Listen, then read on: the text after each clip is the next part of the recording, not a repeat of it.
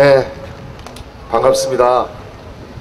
저기 정말 아까 명계남 씨 잠깐 얘기했지만 명지 신도시와 보고 정말 놀랐습니다. 그냥 아파트만 때려짓고 편의시설이 전혀 없는 거죠. 예, 입주자 대표분들 여러 분 만나 뵀습니다.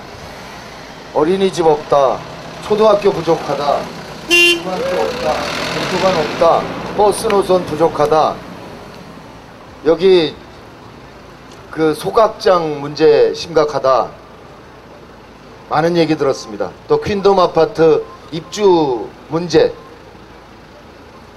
강서구청에 항의했던 문제. 그랬더니 부산시에서 강서구청을 감사해보고 아무 문제 없다라고 그랬다면서요. 그게 어떻게 가능할까? 기가 막히더라고요. 정말 버스 노선 같은 경우에 고양시나 은평구나 이런 데는요, 주민들이 500명, 600명이 서명해서 여기 노선 조금 추가하자, 노선 좀 바꾸자, 바꿉니다. 왜냐하면 그거 안 됐잖아요. 다음번에 떨어지거든요. 다 바꿉니다. 근데 어떻게 된 게 부산시는 안 돼요. 이게 북구 가면 북구대로 문제가 보통 심각한 게 아니더라고. 정치인들이 시민 위에 군림하고 있는 겁니다. 왜냐? 맨날 찍어주니까. 예전에 통일민주당이 있던 시절, 김영삼 씨가 야당이 있던 시절에는 민정당, 통일민주당이 있었죠. 그때는 부산에서 당선된 국회의원들이 다 부산에 살았습니다. 여의도에 의정활동을 하러 가지만 가족들은 부산에 살았어요. 그 의원 부인이 목욕탕에서 늘 등 때밀어주고 그러고 살았습니다. 그런데 90년 3당 합당 이래 썩은 막대기를 꽂아도 늘 1번이 당선되니까 그 다음부터는 지역구 관리를 안 하는 겁니다. 저보고 그러세요. 너 뽑아주면 서울로 내뺄 거 아니냐. 그게 여쭤봐요. 그동안 한나라당 의원들은 늘 그랬나요? 우리 민주통합당 의원 뽑아주신 적 있나요? 딱 한 명 있습니다. 조경태 의원. 사하에서 얼마나 열심히 일합니까? 왜 열심히 하냐? 열심히 안 하면 떨어지니까 다음에. 주인이 시민입니다. 대한민국은 민주공화국입니다. 시민이 주인으로서 더불어 어울려 사는 나라. 이게 민주공화국입니다. 그런데 국회의원이 시민 위에 군림하는 나라인 거죠. 부산은. 이게 부산이 20여 년 계속 침체되어 온 아주 중요한 이유입니다. 저는 2007년 대선 때를 한번 되새겨 봅니다. 이명박 후보, 박근혜 후보 똑같이 얘기하셨거든요. 한반도 운하가 경제성이 있느냐 여부를 제외하고 다 똑같았습니다. 민주정부 10년이 경제를 망쳤다. 우리가 살리겠다. 방법은 줄푸세다. 세금을 줄이고 규제를 풀고 질서를 세운다. 남북관계 퍼주기 하지 않고 상호주의 하겠다. 다 기억하시죠? 그렇게 했습니다. 노무현 대통령 갑자기 세상 떠난 다음에 자료를 들춰보기 시작했습니다. 민주정부 10년이 경제를 죽였나? 대한민국 경제가 가장 어려웠던 때가 언제입니까?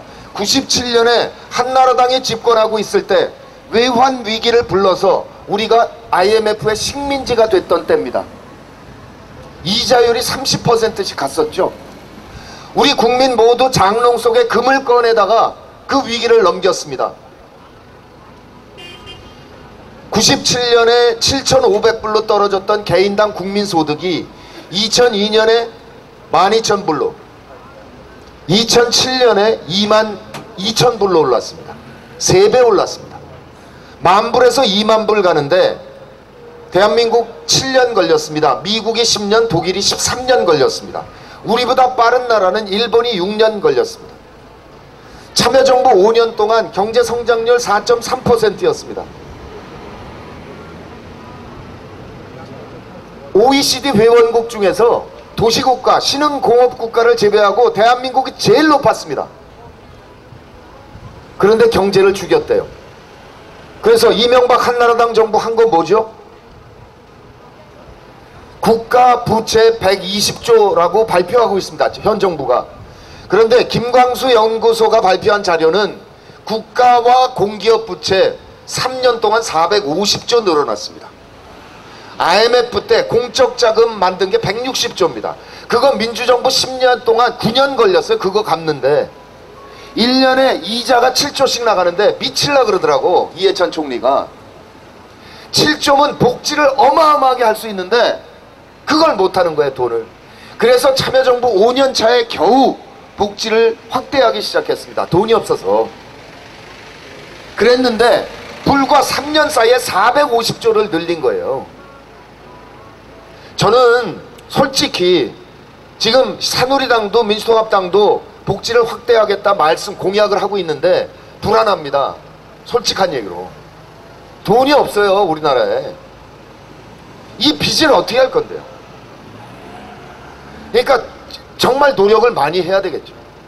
근데 왜 우리 국민들께서는 그 말을 들었을까?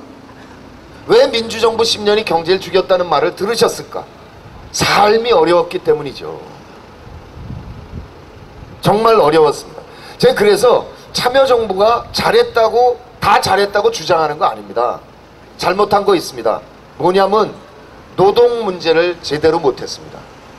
우리가요 정규직 800만 비정규직 800만인 나라입니다. 지금 정규직과 비정규직 임금 차이가 50%나 나요. 반밖에 안 돼요. 거기다가 대기업과 중소기업 간에도 임금 격차가 63%입니다. 정부 발표가. 민주노총 발표는 반입니다.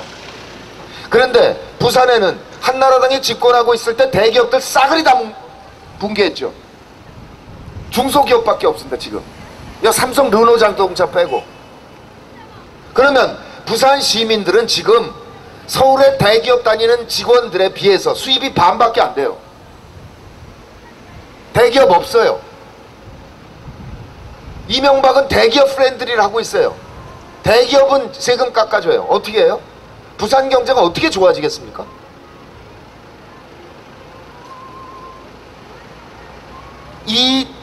그런데 이 노동 문제에 대해서 정말 노무현 대통령이 가슴 아파했어요. 그전에도 비정규직이 있긴 있었습니다. 우리나라에. 그랬는데 이게 97년도에 우리가 IMF 식민지 되면서 IMF가 우리한테 강요를 한 거예요. 법으로 해고를 자유화하라. 그래서 비정규직이 이렇게 늘어났습니다. 그런데 이거를 적극적으로 방어해내지 못했다는 걸 늘 그렇게 가슴 아파했어요. 복지를 그렇게 늘렸지만 조금 더 늘리지 못한 걸 안타까워했어요. 그리고 마지막으로 안타까워했던 게 2008년의 금융위기를 예견하지 못했다는 겁니다. 노무현 대통령이 왜 한미 FTA를 했느냐. 우리가 세계 12위 국가인데 경제적으로 우리 앞선 나라는 다 서비스업이 강합니다. 우리가 선진국이 되려면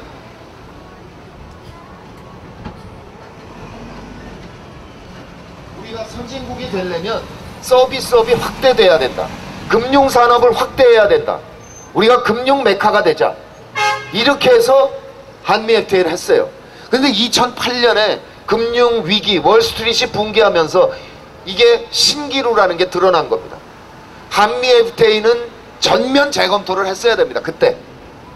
그런데 이명박 대통령은 전면 재검토는커녕 완벽하게 퍼주기란 겁니다. 미국이 2007년에 체결한 한미 FTA를 4년 동안 재협상한 거 아닙니까? 우리한테. 완전히 퍼주니까 상하원을 하루에 통과시켜버리잖아요. 그런데 그때 우리가 예상하지 못했던 거는 이행법안입니다. 미국이 이행법안을 체결했는데 그건 뭐냐면 한미 FTA가 미국의 연방법과 주법 밑에 있다는 거예요. 법적 효력이. 근데 우리는 우리 현행법 위에 있습니다. 한미 FTA가. 도대체 이런 불평등 조약이 없어요. 우리가 식민지입니까? 미국에?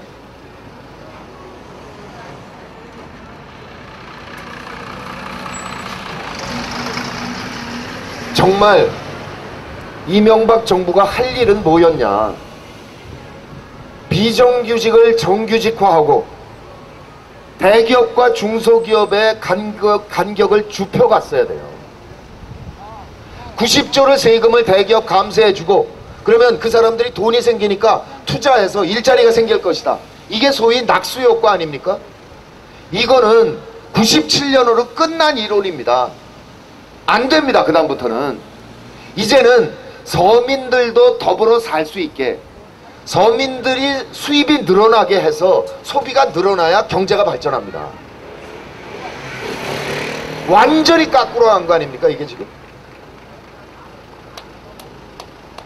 저는 부산에 와서 제일 답답한 게 이겁니다. 특히 강서구에 와서 노무현 해수부 장관이 북항을 재개발을 결정했습니다. 그리고 강서구에 신항만을 만들었습니다. 참여정부 때 돈 무지하게 쏟아부었습니다. 그리고 신항만으로부터 경부선을 삼랑진에서 연결하는 신항만 배후철도를 만들었습니다.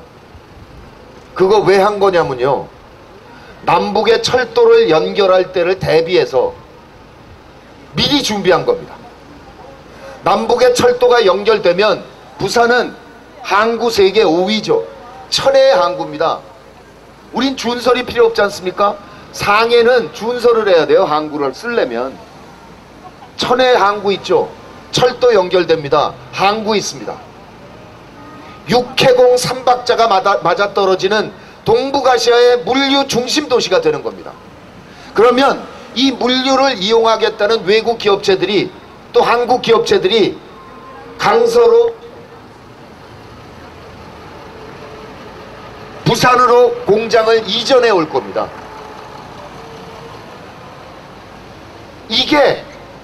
이거를 준비하기 위해서 노무현 참여정부가 그렇게 강서구에 투자를 했던 거죠. 그런데 이명박 한나라당 정권이 퍼주기 안 한다고, 상호주의 한다고 남북관계를 단절했습니다. 퍼주기, 그동안 얼마 했는지 그 금액은 제가 지금 까먹었는데, 사업하려면 선투자라는 게 있지 않습니까? 땅 사고 공장 짓고, 그래서 공장이 돌아가면 돈이 벌리는 거 아닙니까? 자, 우리 대한민국은 섬나라입니다.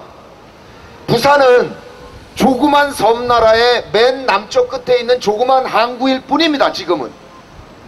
그런데 남북의 철도를 연결하는 순간 부산은 한반도와 중국과 러시아와 유럽 전체가 연결된 대륙의 출발역이고 종착역입니다. 지금 우린 통상국가입니다. 일본과 미국에 수출하는 액수를 합친 것보다 중국에 수출하는 게 더 많습니다. 그러면 이거를 부산에서 기차에 실으면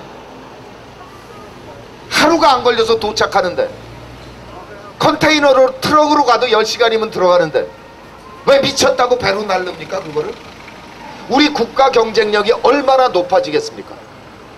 이렇게 말씀드리면 너무 먼 얘기다 그렇게 생각하시는 분이 계신데요, 아닙니다. 기억해보세요. 1936년에 우리 위대한 손기정 선수가 베를린 올림픽 가서 마라톤에서 금메달을 땄습니다. 기억하시죠? 그때 어떻게 가셨는지 아십니까? 경성역에서 기차 타고 모스크바 가서 딱 한 번 갈아타고 베를린까지 갔습니다. 그때부터 원래 있던 철도입니다. 이게 1936년에도 우리가 분단 때문에 못 쓰는 것 뿐이에요.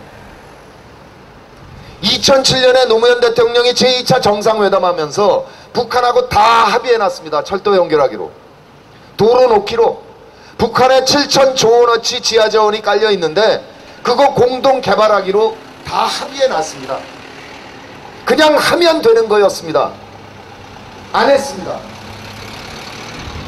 그래서 그동안 어떻게 됐죠? 우리 국민 50명이 죽었습니다. 애꿎은 젊은이가 떼죽음을 당했습니다. 참여정부 5년 동안에 남북관계에서 단 한 명도 죽은 사람 없어요. 철저하게 북한을 관리하고 우리의 경제적인 이익을 위해서 북한의 지하자원 캐오고 철도 연결하고 이거 준비하고 있었어요. 이게 무슨 짓이냐 이거예요. 남북관계를 단절하면 북한은 먹고 살 방법이 없어요. 쌀을 살라고, 쌀을 얻으려고 중국에다가 그 귀한 지하자원을 지금 차례로 다 넘기고 있습니다. 철도가 연결됐을 때 올 그 수많은 이익을 버리고 우리 민족의 터전인 한반도의 반을 잘라서 중국에 그냥 갖다 바치고 있는 거 아닙니까? 이완용은 돈이나 받았지. 뉴욕타임스인가 워싱턴 포스트인가 한번 나온 적이 있어요. 이명박 대통령은 한국 역사에 자기 민족의 자산을 팔아먹은 자로 기록될 것이다. 이렇게 말씀드리면 또 얘기하십니다. 야, 북한은 뻑하면 총질하는데 그런 나라하고 어떻게 교류를 하냐. 그걸 관리해야 된다는 겁니다. 북한은 지구상에 정말 말도 안 되는 체제입니다. 비판받아 마땅합니다. 그렇지만 나쁜 나라라고 그래서 장사를 안 할 건 아닙니다. 체제를 비판하는 것과 교류협력은 다른 차원입니다. 중국은 공산당 일당 독재 아닙니까? 그런데 우리 장사하잖아요. 왜 공산당하고 장사해요? 우리가 남으니까 하는 거 아닙니까? 우리가 교류협력을 하고 북한 사람들이 돈 맛을 알아갈 때 북한의 체제가 변화합니다. 이번에 김정일이가 죽었죠. 개성공단에 지금 한국 근로자들 공장 일하고 있죠. 국장이 7일이었나요? 열흘이었나요? 공장이 며칠 쉬었을 것 같습니까? 우리가 상상하는 북한 체제, 당연히 모든 인민이 집에 앉아서 울어야 되죠. 일하지 않고. 개성공단 장례식 딱 마지막 하루만 쉬었습니다. 나머지 날 다 일했어요. 왜 공장이 돌아가냐? 북한 인민들이 일을 하고 싶어 해요. 잘릴까봐 두려워해요. 우리가 교류협력을 하고 공장을 짓고 거기서 지하자원을 캐오면서 서로 하면 그 사람들도 체제 변화를 해나갈 수밖에 없습니다.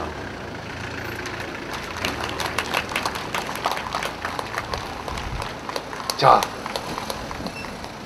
대한민국, 우리 부산 일당 독재 침체돼 왔습니다.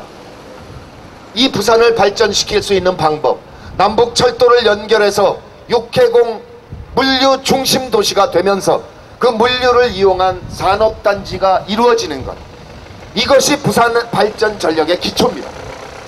마산 수출 자유지역이 만들어지면서 창원이 만들어졌듯이 남북철도가 연결되면 부산은 완전히 다른 차원의 도시가 되는 겁니다.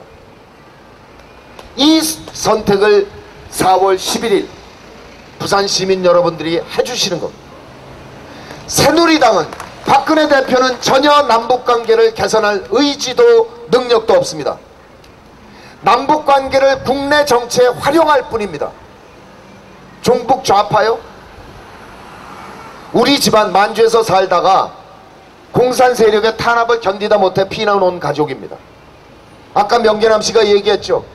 미국에 유학가 있다가 한국 전쟁이 나니까 유엔군에 자원 입대해서 휴전협정 통역을 했습니다. 그때 제가 일본에서 태어났습니다. 태어난 곳이 고향이라면 저 고향이 없습니다. 이제 형님 노무현을 따라서 북강서울에 왔습니다. 이제 형님 고향을 제 고향으로 삼으랍니다. 어떤 분은 얘기하십니다. 너 뽑아주면 서울로 내뺄 거 아니냐. 아니, 내뺄 거 왜 옵니까 제가 여기를? 아니, 그냥 서울에 출마하지 여기 왜 옵니까? 저 미쳤습니다. 맞습니다. 저 미쳤어요. 정말 어르신들 가끔 가다가 아주 싸늘하게 보십니다. 네 연고도 없는데 왜 왔나? 가슴이 막 미어지고 슬퍼집니다. 그래서 연고 있는 사람들 20년 넘게 뽑아줬더니 부산 어떻게 됐어요? 라고 여쭙고 싶지만 어르신이니까 그렇게 말씀도 못 드리고 갑갑합니다. 이 좁은 땅에서.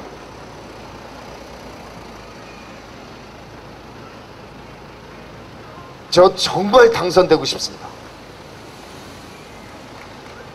저 낙선은 두렵지 않습니다. 노무현 4번 떨어졌고요. 김두관 6번 떨어졌습니다. 여기 북강서 갑의 전재수 걔도 2번 떨어졌고요. 양산의 송인배 걔 3번 떨어졌습니다. 김정길 7번 떨어졌습니다. 까짓 거 뭐 몇 번 떨어지는 게 뭐 대수입니까? 근데 정말 되고 싶습니다. 2000년에 종로에 출마하면 당선될 게 너무나 당연한데 그걸 버리고 2000년 여기 북강설에 마지막으로 도전했던 그 양반을 위해서, 그리고 그 양반이 그토록 사랑했던 북강서울과 부산을 위해서, 너무 거창해서 죄송하지만 이 나라 정치를 정상화하고 이 민족을 위해서 정말 당선되고 싶습니다. 봉화에 가서 이렇게 보고 드리랍니다. 형님 2000년에 떨어졌죠? 난 걸렸습니다. 그렇게 자랑하고, 그리고 위로 드리고 싶습니다. 형님이 그렇게 세상 떠나면서 이제 부산이 달라졌습니다. 형님이 그렇게 극복하고자 했던 지역 대결 구도, 이게 흐물어지고 있습니다. 이제 부산 시민 여러분께서 더 이상 지역을 따지지 않고 정책을 보고 인간을 보고 선택하기 시작하셨습니다. 형님의 죽음이